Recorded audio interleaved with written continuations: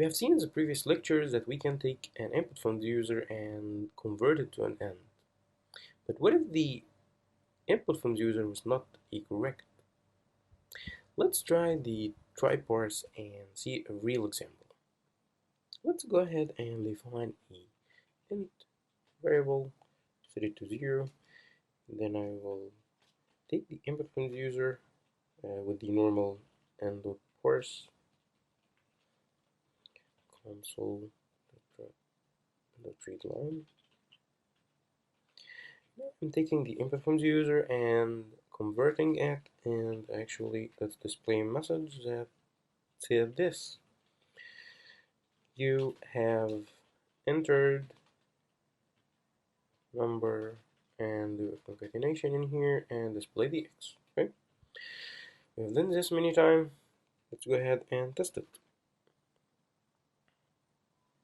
Okay, I will be entering number 5.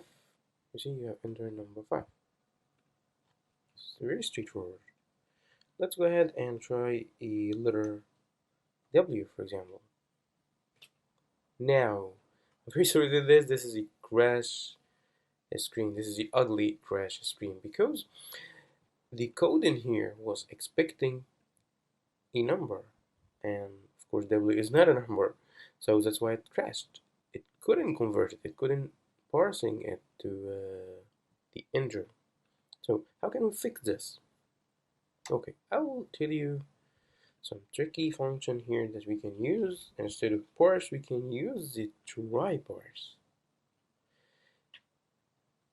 There is some little difference between the parse and the TryParse. Parse will go directly and try to parse the input or the variable that you're trying to parse it to in int, for example.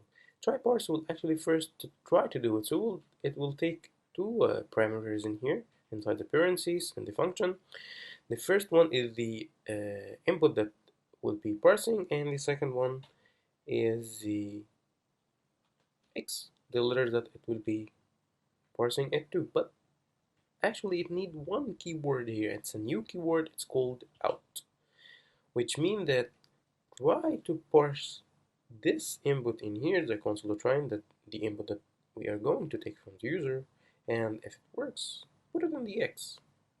But actually it's still giving me an error because we need to remove this here. Now we don't need to assign this because it already knew that it will put it in this x here. Now let's go ahead and try to run this. I will enter number 5 again. We have number 5. Working very fine. Let's try it again with the W.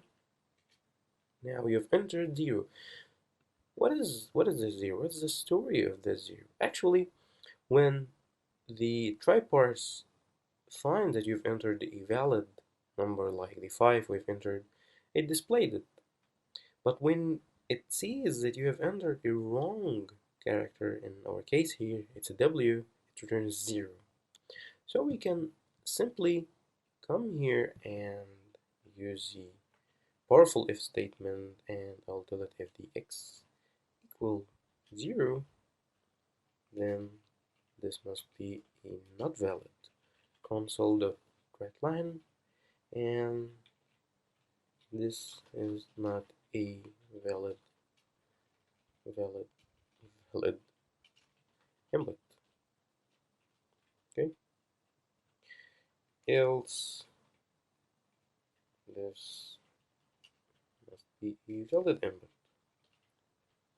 You see? Let's go ahead and try it. So I will enter 7, for example, and yes, you've entered 7, that's correct. Let's run again. I'll enter the W. That's not a valid input. So this is how you can check if the user have entered a valid integer or not. One last trick before we go is that we can come here actually and remove the declaration of the int x equal 0. We can remove it. Now you're asking yourself, how can we define the x? Because as you see, it's giving now an error, syntax error, because there is no declaration in x. The program here doesn't understand what is an x. We can simply come here and define the x here. So now I followed it in case it's right. out this into a variable x of type integer. And let's try it. Let's try 10. That is very good. Let's try again with, actually I'm gonna try a different letter, V for example, and that's not a valid input. So that's it about the TryParse and the out keyword. See you in the next lectures.